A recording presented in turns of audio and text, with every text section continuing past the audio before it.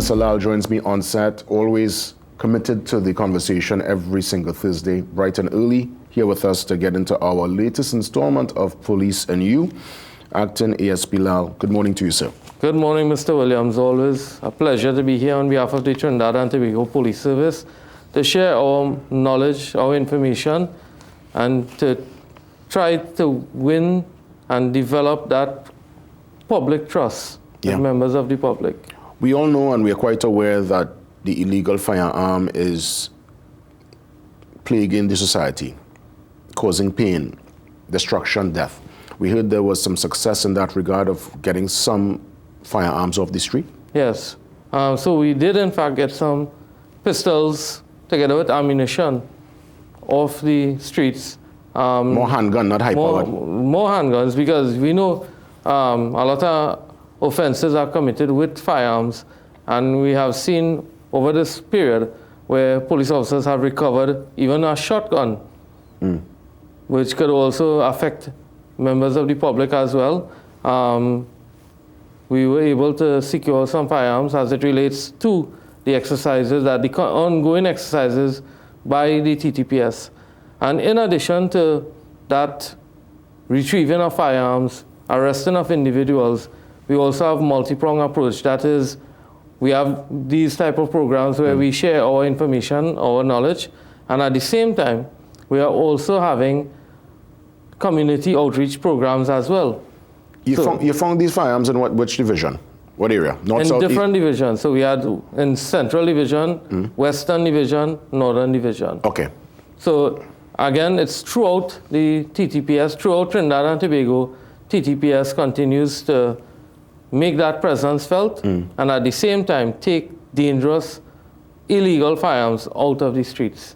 Okay, well done in that regard, and keep mashing the gas on that particular, approach to get the firearms off the street.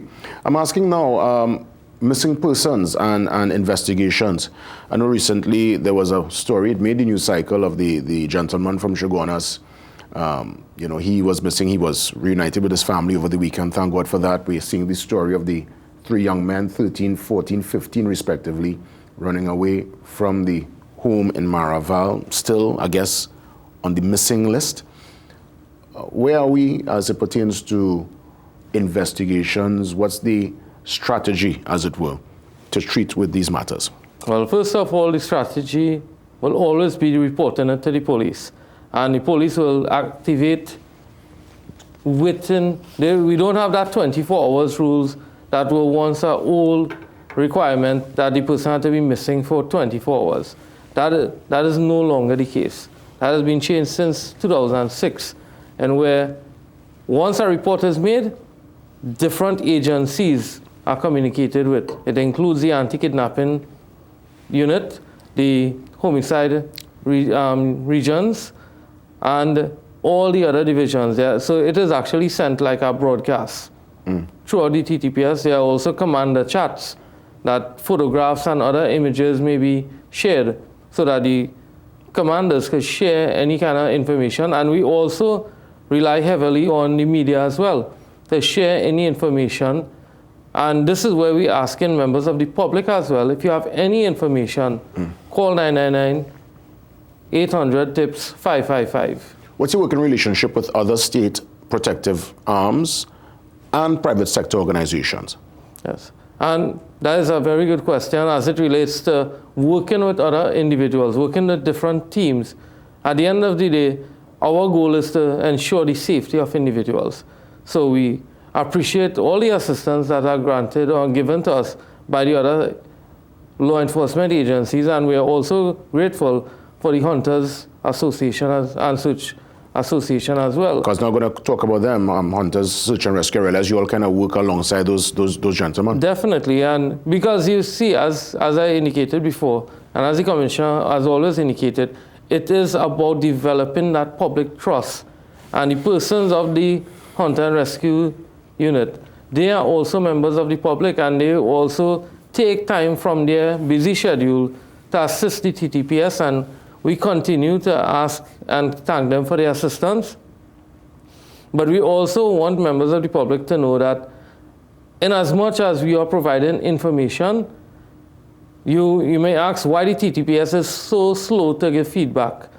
We have to understand that a lot of these investigations are at very sensitive stage, and we do not wish to release any information that could affect the safety of those persons who may be in custody.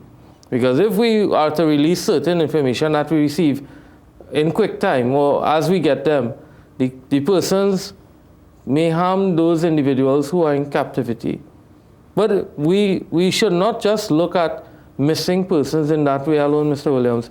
We have to look at young persons who may leave their homes as well. Well, I'm not going to ask, if somebody is not being kept against their will, they ran away to just spend some time with someone who probably the family does not favor, and they just refuse to take calls, refuse to let anyone know of their whereabouts, is that person who,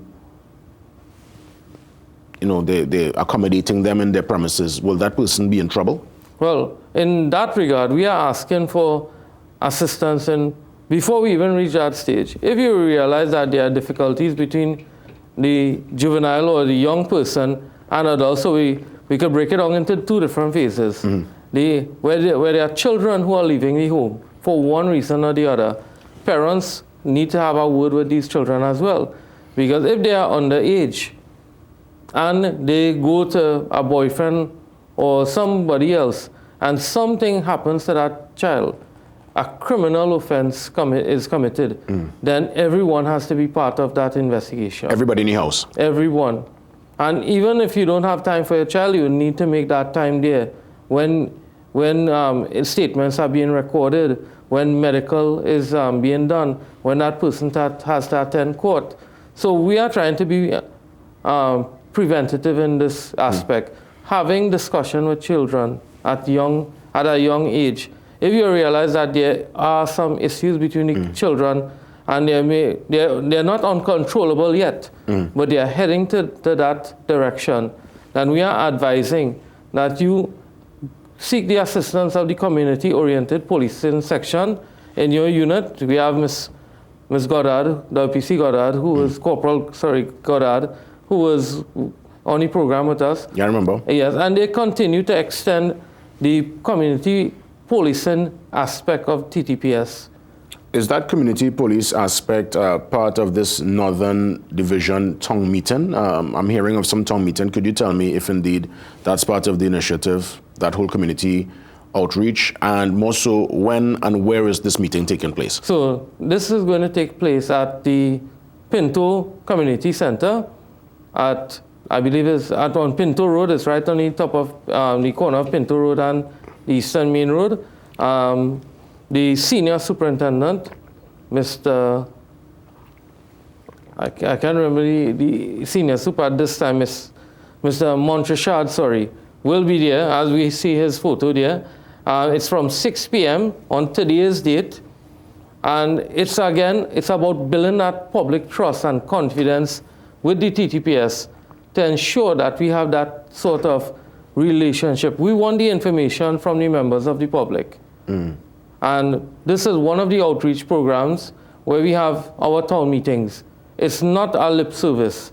It's getting that feedback from the members of the public, because you all may have information that we may not have. Bringing it for us and that we can action it. Giving the TTPS our feedback, because the commissioner wants our feedback from members of the public. Are you appreciative, or do you feel as though that the TTPS is working for you? Yeah, very important. And I want my brothers and sisters in Arima to take full advantage of the opportunity. I want to end the same way we started this morning. We started off by identifying the seizure of illegal firearms. We actually have the picture on screen. Let's put it up. And I guess you could explain to us. I mean, what's this? Something from Pirates of the Caribbean? What's that? Well, it could end someone's life, Mr. Williams. Well, I doubting that, but that, wow, that's the kind of weaponry out there? Yeah, and there's a shotgun, a blast of a shotgun. Oh, so the first one was a shotgun? A shotgun. Wow. And we seen Look at the weapons. Look at the type of weapons that are being used. Well, I mean, you could tell that is a semi-automatic, or was that altered to be a No, full it could be altered to be automatic and all. So there's a shotgun here. This is a shotgun. So that could still, even though it looks prehistoric, this could do maximum damage. Maximum, it has more spread. Wow. Some rusty, you call that a rusty nines, boy? Yeah, the rusty nines have with rounds. Yeah, which could still Which cause could problems. still cause death to members of the I public. say take them all, whether they're modern, whether they're prehistoric. We continue at the TTPS to take them off the streets. Take them off the street. And who has to be arrested will be arrested, and they will have their date in court. Officer Lal, congrats, well done. Let's get more of the street and just keep us posted with all the, I mean, we keep it real here, whether it's a triumph or even if it's a moment to improve and tell you all to pull up the socks. We will discuss it all here on the program. Thank you very much, Mr. Williams. You be safe. You too, Mr. Williams. Officer Lal touching base with us for the Police and News segment. Up next, as we get ready to move up to that 7 o'clock hour, we're going to talk about building immunity with reduction. That's right. Great conversation around the corner.